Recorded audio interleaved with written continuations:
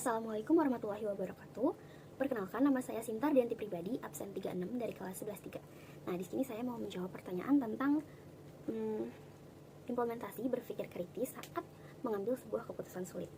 Nah, di sini saya mau mengambil contoh tentang permusyawarahan dalam mengambil keputusan di bidang kewirausahaan. Nah, di sini misalkan dalam kasus kalau saya mau meningkatkan kas kelas dengan cara berjualan. Nah, kemudian dibentuklah dua kelompok supaya banyak beragam produk yang dijual. Kita bentuk dua kelompok dengan kelompok satu yang akan berjualan makanan dan misalkan kelompok dua yang akan berjualan sebuah barang. Nah, saya misalkan sebagai kelompok satu dan ditunjuk sebagai ketua kelompoknya. Nah, dalam kasus ini ketua kelompok menjadi hal yang sangat penting dalam menentukan bagaimana nanti hal tersebut dapat berjalan, gimana biar makanan yang kita jual cepat laku. Kita harus berpikir keras gimana caranya.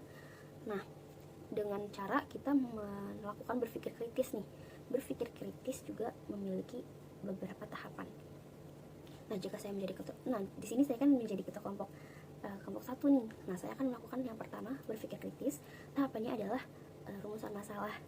Rumusan masalahnya adalah tadi, selain kita akan meningkatkan pemasukan uang kas kelas, kita juga akan berpikir bagaimana caranya dagangan kita itu nanti laku, nggak rugi, kita untung gitu kan. Itu adalah rumusan masalahnya juga. Kita apa yang mau dijual gitu kan, itu rumusan masalahnya.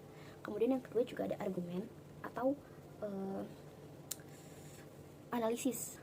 Nah, dalam argumen ini semua anggota juga berhak berpendapat.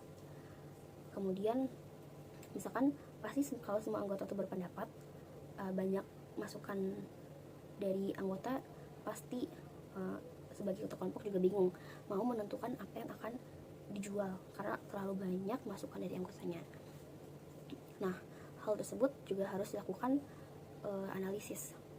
Misalkan ada yang memberi masukan harus berjualan churros atau berjualan soft pancake atau berjualan fruit sando atau mau jualan es teh gitu kan. Nah, kita sebagai ketua kelompok harus menentukan apa keputusan yang kita ambil. Kemudian tempatnya juga, lokasinya di mana yang harus kita gunakan untuk tempat berjualannya.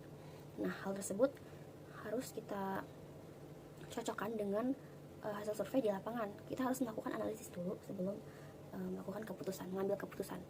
Nah, analisisnya itu gimana caranya?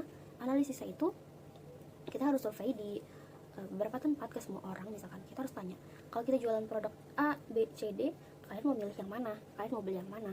Gitu kan. Misalkan kita udah survei ke beberapa orang, mereka milih produk A. A itu misalkan produk yang akan kita jual, A itu fruit sando misalkan. A ini yang paling laku keras berdasarkan hasil survei kita. Nah, kalau udah kayak gitu, si ketua bolehlah menentukan keputusannya. Misalkan dia akan melakukan penjualan fruit sando untuk kelompoknya. Nah, itu udah fix karena fix laku karena dia udah lakukan beberapa survei ke orang-orang, karena menurut orang-orang hal tersebut merupakan yang paling laku gitu di antara semua masukan yang lain. Nah, kemudian langkah selanjutnya adalah menentukan tempatnya itu. Menurut beberapa anggota yang paling laku adalah Car Free Day di hari Minggu pagi, karena banyak yang olahraga, sepedahan gitu kan, banyak yang healing di hari Minggu. Karena semua anggota setuju, boleh kita lakukan keputusan gitu. Karena memang di hari Minggu biasanya banyak orang yang healing keluar gitu. Itu adalah sebuah argumen atau problem solving analisis keputusan masalahnya gitu kan. Kemudian yang ketiga kita juga ada tahapan deduksi. Deduksi itu apa? Deduksi itu adalah hasil kesimpulan dari si analisis tadi yang udah dilakukan, analisis atau argumen yang udah dilakukan. Nah, berdasarkan hasil analisis itu, langkah yang diambil adalah kita akan menjual fruit sando dengan lokasi yang sudah kita ambil, yaitu di Car Free Day di minggu pagi, ya kan. Nah, itu adalah sebuah deduksinya. Nah, kemudian langkah keempatnya yaitu adalah induksi. Induksi ini adalah proses yang lebih mengerucut lagi dari analisis masalah dan deduksinya tadi. Nah, induksinya itu tadi kan udah kita gabung antara kita mau jualan fruit sando hari Minggu di Car Free Day, misalkan di Sumarekon. Nah, induksinya itu juga mencakup dari presentase seberapa banyak yang akan laku terjual, perkiraan kita yang akan laku terjual. Itu sudah dikirakan 100% karena berdasarkan hasil survei banyak orang yang memilih fruit sando jika ada orang yang menjual. Karena kan lagi viral nih fruit sando sekarang.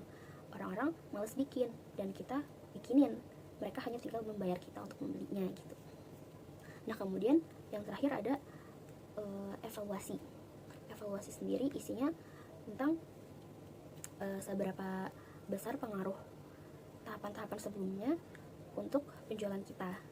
Misalkan kalau semua tahapan kita tentang perkiraan penjualan tadi adalah benar 100% atau 90 sekian persen, berarti kita berhasil dalam penjualannya. Namun jika masih ada beberapa yang tersisa dan tidak laku terjual, itu berarti ada beberapa kesalahan yang kita lakukan gitu kan. Evaluasinya misalkan dari 50 pieces fruit sando yang kita jual, misalkan hanya laku 40 atau 45%. Kenapa itu bisa terjadi? Walaupun berdasarkan hasil survei kita itu udah banyak yang akan memilih fruit sando kalau ada yang jualan, jadi 100% udah kita pastikan bakal laku terjual.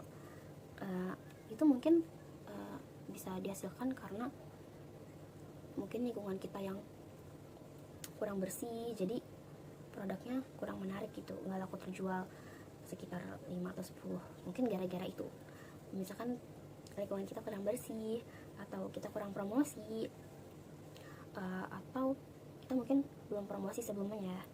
Kita mungkin sebelumnya harus melakukan promosi dulu, atau kita bisa berjualan di 2 tempat supaya lebih cepat lakunya gitu, lebih laku habis terjual semua. Itu evaluasi yang bisa diambil gitu. Sekian, terima kasih. Wassalamualaikum warahmatullahi wabarakatuh.